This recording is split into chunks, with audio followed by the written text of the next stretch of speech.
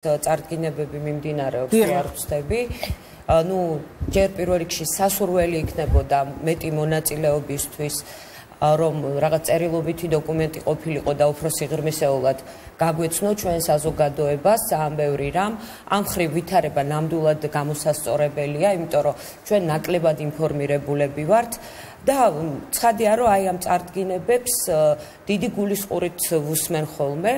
ცხადია, წაკითხვა ჯობია, მაგრამ სხვა რა გზა გვაქვს, უნდა წავიკითხოთ ან მედიაში გამოქვეყნებულ ინფორმაციას გავეცნოთ და ჯერჯერობით მაქვს საოცრად, ასე ვთქვათ, დაუკმაყოფილებლობის განცდა და ალბათ არ ვიცი, მე ყველა დამეთანხმება, რომ კატის გამოცდების შემოღებით მაშინვე შეიძლებოდა პროგნოზი, რომ არც არაფერი შეიცვლებოდა სწავლების გაუმჯობესებასთან დაკავშირებით და კატის გაუქმებითაც ესე ჩვენ ასე ვთქვათ რაღაც ახალ ფინეთს ძალიან მოდური სიტყვა ვერ ავაშენებთ, ხო? ფინური მოდელი ყველა ვიცის ამიტომ ახალ ფინეთს ვერ ავაშენებთ. ჩვენ ჯერ ერთი არც გვინდა ფინეთი, ჩვენ საქართველოს სკოლა უნდა ავაშენოთ. ორი საკითხი, რომელიც ზეც მე პირადად არ მაქვს პასუხი, შეიძლება არსებობს, მაგრამ მე არ მაქვს პასუხი. არ არსებობს კარგი სკოლა და შეუძლებელია რომ მოსწავლე მისწავლოს კარგად, თუ მას არ ასწავლის კვალიფიციური მასწავლებელი. დღეს საქართველოში კვალიფიციური მასწავლებლების მიღების გზა არ არსებობს. მანანამ რაც თქვა, ეს მაძიებლობა, როგორც მე გავიგე, ან მოვისმინე, ეს არის ვაკანსია რო იქნება სოფელში და ასე შემდეგ. და არა ზოგადად ცხადდება ვაკანსია, თქვათ, ქიმიკოსი არის ძალიან პრესტიჟულ სკოლაში, არაკვალიფიციური, დედაქალაქის ცენტრში, გულში და ქიმიკოსი არის არაკვალიფიციური და აქვე არსებობს ქიმიკოსი ძალიან კვალიფიციური და ბუნებრივი პროცესი, რომ კვალიფიციურმა ქიმიკოსმა ჩაანაცვლოს არაკვალიფიციური ქიმიკოსი. ანუ ასეთი პროცედურა არ არის. ჩვენ შეიძლება წლები გავიდეს, 10 წელი გავიდეს და ამაზე გაგვეცინოს, რომ რა მდგომარეობა იყო საქართველოში, რომ კვალიფიციურ ადამიანებს არ ვუღებდით კარს. ეხლა ასეთი იმისი თქმა, რომ სკოლის მიღმა არ არიან კვალიფიციური ადამიანები, დაშვება, რომ არ არიან კვალიფიციური ადამიანები, რომლებსაც ძალიან უნდათ სკოლაში მუშაობა, ეს ამის თქმა არ შეიძლება. აი ზუსტად 2-3 დღის წინ ვესაუბრე ერთ არაჩვეულებრივ ახალგაზრდა კაცს, რომელიც არის ძალიან ნიჭიერი, ეხლა სპეციალურად სწავლობს 60 კრედიტი ამ პროგრამაზე და ის ამბობს, მე მქონდა 3 შემოთავაზება იმიდან კერძო სკოლებიდან, მაგრამ მე არ მინდა კერძო სკოლაში მუშაობის დაწყება და მე მინდა დავიწყო საჯარო სკოლაში. ეს არის ერთი. ჩვენ უნდა გავიაზროთ კარგად, რომ მივიღეთ ეს სქემა, რომელმაც კარი ჩაუკეტა პროფესიონალ მასწავლებელს, შემდეგ ჯეჯელავას დროს განახლდა სქემა, რომელმაც კიდევ უფრო, ასე ვთქვათ, არაკვალიფიციურ მასწავლებელს რაღაცა აქტივობებით დააგროვებინა, ასე ვთქვათ, და ამაზე იყო, რომ ამაზე ხდებოდა მაპატეთ ესეთი ჟარგონი, გაправებები ხდებოდა, რომ იცი რა, ეხლა ეს არის ძალიან კარგი. ეხლა ჯეჯელავას დროსაც ეს არის, ეს ძალიან ცუდია.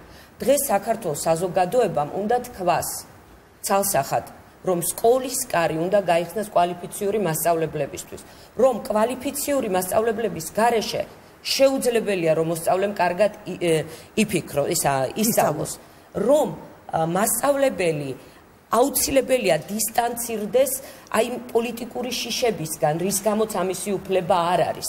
და მეორე საკითხი, თუ არ მოხდება ზოგად საგანმანათლებლო სისტემის დეცენტრალიზაცია, მე მიმაჩნია, რომ ნაკლები ეფექტი ექნება ჩვენ საგანმანათლებლო სისტემას.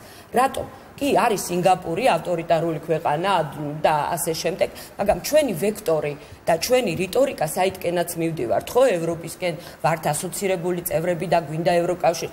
ჩვენ სხვა გზით მივდივართ, თუ შეიძლება ასე ითქვას.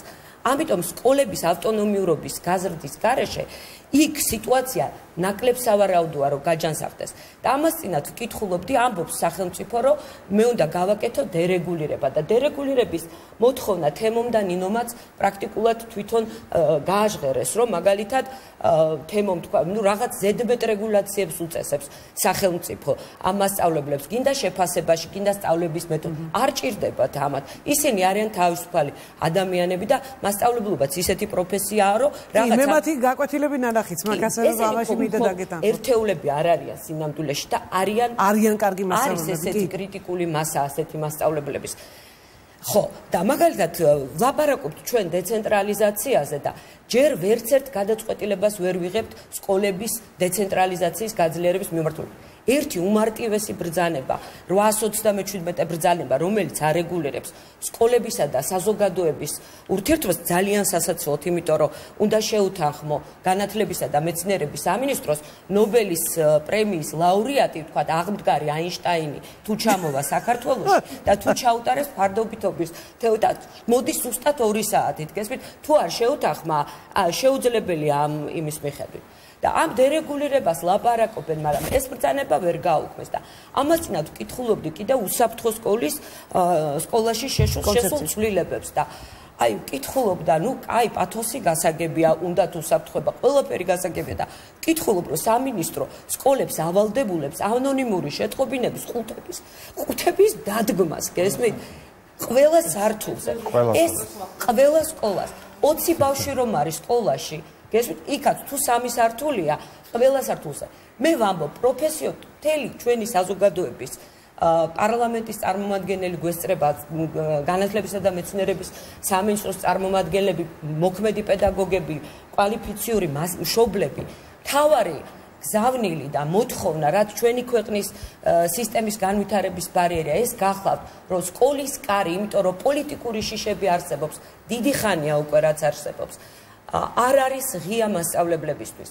იმიტომ რომ ვერ გადადგა სახელმწიფო იმიტომ რომ თავისუფალი ადამიანი არჩევანში თავისუფალი. აი ეს არ უნდა ესენი თუ არ მოხდება ჩვენ რა ცვლილებებზე უნდა ვისაუბროთ. ვილაპარაკოთ ახლა რომ იცით რა ისა შეფასების ეს სისტემები არსებობს იმის ნაცვლად. ტესტი ცუდია, გამოცდა ასეთი. ბავშვებს უნდა ასწავლიდნენ მასწავლებლები მუზეუმში. ძალიან კარგია, მაგრამ თუ პროფესიონალი მასწავლებელი არ იქნება, მუზეუმში დაეთვალიერებინებს რაღაც ლამაზ ნახატებს და საერთოდ არავითარი საგანმანათლებლო დატვირთვა არ ექნება. სისტემის ეს პოზიტიური ცვლილება, რომელიც ყველას ძალიან გაგვიხარდა, ეს არის საგამოცდო რეფორმა, თუნდაც ფინანსების ოპტიმიზაციის თვალსაზრისით, სკოლების დეცენტრალიზაციისკენ გადადგმულ ნაბიჯადაც კი მიმაჩნია მე პირადად ეს და ასე აღვიქვამ.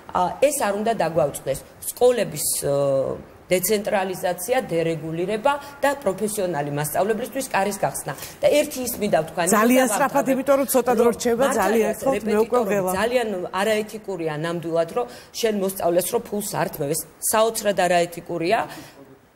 დიახ, ეთიკის კოდექსი აკრძალულიც არის, მაგრამ ისიც უნდა ითქვას, რომ მასწავლებლები, როდესაც ეს კატის გამოცდა შემოვიდა, გაკვეთილების შემდეგ რჩებოდნენ სრულად უსასყიდლოდ და ბავშვებს ამზადებდნენ. და თუ არ ჰქონდათ ეს არეპეტიტორო კლასები, იქ უფასო ისინიც ყავდათ, გესმით? ამან მოიტანა ის, რომ ამ დაბალშემოსავლიან ადამიანებს გაუჩნდათ დამატებითი შემოსავალი. მე ხა ადამიანია და გაუჩნდა, მაგრამ პარალელურად ეს პროფესია, აი ეს ერთეულები არ არის და არც მინდა რომ ჩამოთვალო, იმიტომ რომ ბევრნი არიან, რომ აი ასეთი ტიპის ქველმოქმედებასაც ეს ადამიანები სრულად უანგაროდ ეწევიან. და კიდევ ვიტყვი, დეცენტრალიზაცია და პროფესიონალი დიდი თითო წუთი 3-ს და მე მარიამთან გადავდივარ. უსაფრთხოება ახსენა ეხლა თამარმა და ძალიან მტკივნეული თემა, რომელზეც ცალკე გადაცემად შეიძლება გაკეთდეს და მეც ბევრი შემიძლია ვისაუბრ, მაგრამ ერთი ძალიან მნიშვნელოვანი რამ არის, რაც მიზეზია ამ ყველაფრის. ანუ ეგრეთ წოდებული სკოლების ოპტიმიზაცია, რომელიც თავის დროზე მოხდა, ეს არის ფიქრობ დიდი შეცდომა, დეოპტიმიზაცია უნდა მოხდეს, იმიტომ რომ